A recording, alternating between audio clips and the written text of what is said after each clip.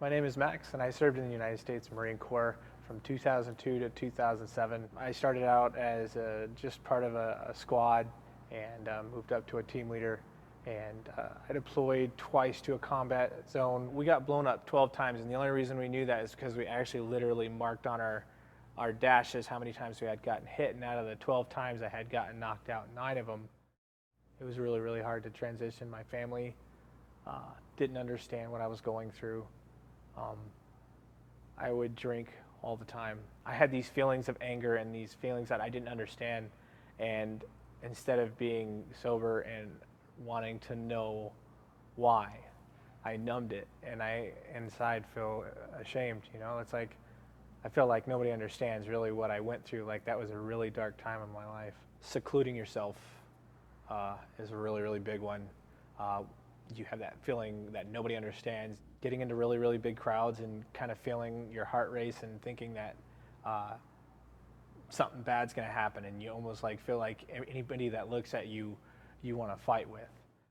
When I got to Boise, I actually didn't go to the VA for the first 6 months because I didn't know what was entitled to, and I didn't understand it. But I went down to the VA and I had my DD-214, and the people there were really nice. The doctors have made sure that I've either gotten, whether it be medical treatment, therapy, trying to mix everything together.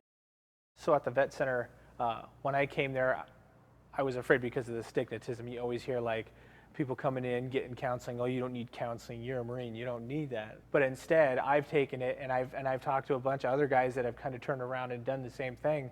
Is that when you do have PTSD, it gives you the availability to be able to sit there and talk with people and understand with the counselors at the vet center that you can understand those negative cycles and get out of them, and understand that what you went through and what you were trained with makes you that way, and you can change that if you're aware that's what's happening.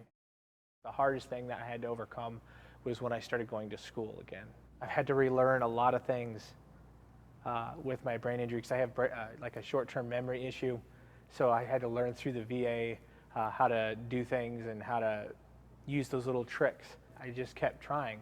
I didn't want to give up because in the Marine Corps I never gave up. Even when it got hard and then I made the mistakes that I did, I never wanted to quit.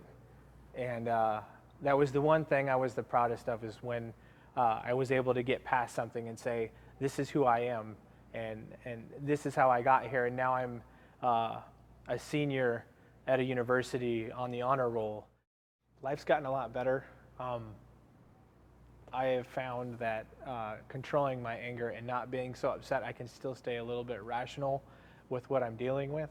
But more often it's, sitting down and making sure that I'm going to be a good husband, and I'm going to be a good student, or just a good person, because I don't want to dishonor what I've done, and I don't want to dishonor the things that the guys around me have done. So when I say I was in the United States Marine, or I served our country, I want to hold that.